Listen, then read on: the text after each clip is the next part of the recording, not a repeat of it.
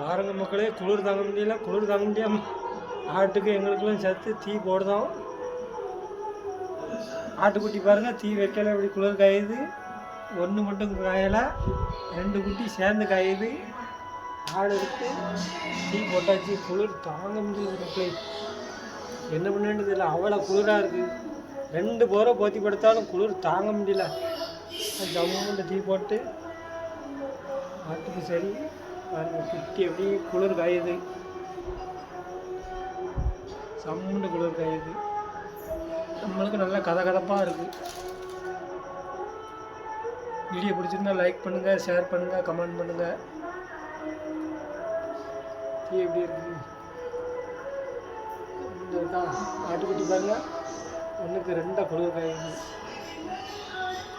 அதுக்கும் குளிர் தாங்க முடியல, என்ன பண்ணேன்டே தெரில. வீட்டை விட்டு வெளியிலே வர முடியல. மழை இப்போ தான் கொஞ்சம் மெரிச்சிருக்கு. சரி, ஓகே, பாய்.